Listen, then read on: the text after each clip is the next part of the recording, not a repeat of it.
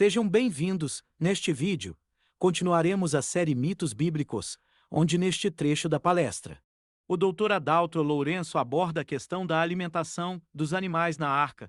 Mais uma vez, ele se baseia num versículo bíblico de Gênesis. Vamos pensar em termos da questão da alimentação. Que tipo de alimentação? Ou quanto de alimento seria necessário? Então vejamos. Olha que coisa fascinante. Livro de Gênesis, capítulo 1, verso 30, Deus diz o seguinte: E a todos os animais da terra, e a todas as aves do céu, e a todos os répteis da terra, em que há fôlego de vida, toda erva verde lhes será para alimento. E assim se fez. Se vocês puderem observar aquele pequeno animal do lado direito, olha a carinha de herbívoro que ele tem. Não, o que eu gostaria de dizer para vocês é o seguinte: não existe nenhum animal que seja 100% carnívoro. Isso é totalmente desconhecido. Os grandes carnívoros, de toda a dieta deles, o máximo 60% é carne. A maioria dos animais fica numa proporção na faixa de 50% a 50%. Mentira!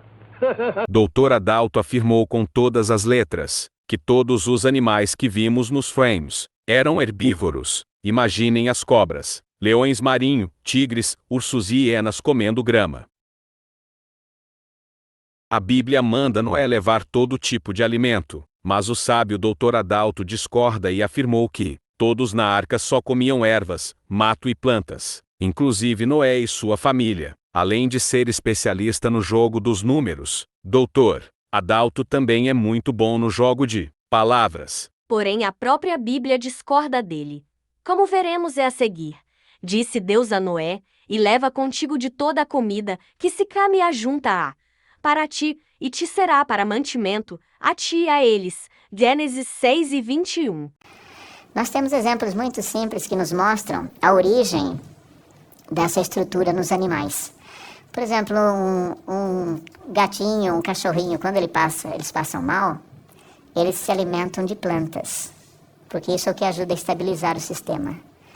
Tática brilhante: usar verdades para justificar uma mentira. Realmente, animais domésticos como cães e gatos comem ervas para aliviar um desconforto estomacal.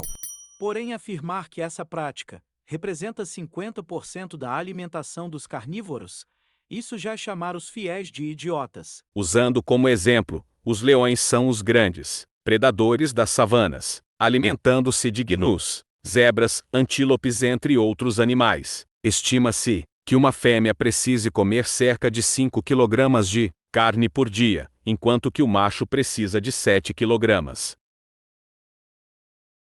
Essa conversa mole de que a dieta dos carnívoros é composta de 50% de ervas chega a ser vergonhoso para uma pessoa na posição do Dr. Adalto.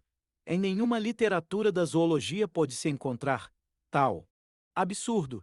Isso é típico de pessoas que querem justificar mitos religiosos através de falácias. Mas não precisaria levar carne para os carnívoros. Primeiro porque a quantidade de alimentos seria muito pequena.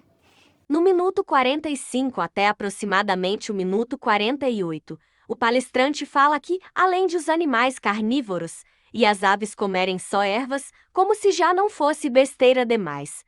Ele ainda fala que os animais hibernaram, por isso não comiam muito nem defecavam. Vamos ouvir a voz do desespero religioso. Pelo menos metade da arca, para baixo, estava embaixo d'água. Qual a temperatura média no oceano da água?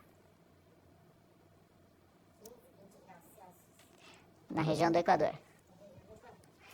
15 a 20 graus Celsius. Espalhados aí pelo mundo, a temperatura geralmente é abaixo de 10 graus Celsius. Dependendo onde você estiver, a temperatura da água pode chegar até mesmo ali na faixa dos quase 4 graus, que é onde você encontra o triplo ponto da água. Ou seja, o negócio está quase congelando. Já imaginou que coisa agradável? O pessoal que estava nos pisos inferiores da arca, lembra que lá embaixo não tinha luz. E estava frio. O que acontece em situações como essa? Porque você tem as aves lá em cima. Uma boa parte delas deveria estar em cima. Poderia também ter nos pisos inferiores. Agora, animais que estivessem no segundo e no terceiro piso teriam algo muito interessante ali, porque eles passariam por processos de hibernação e torpor. Aí depende muito do animal.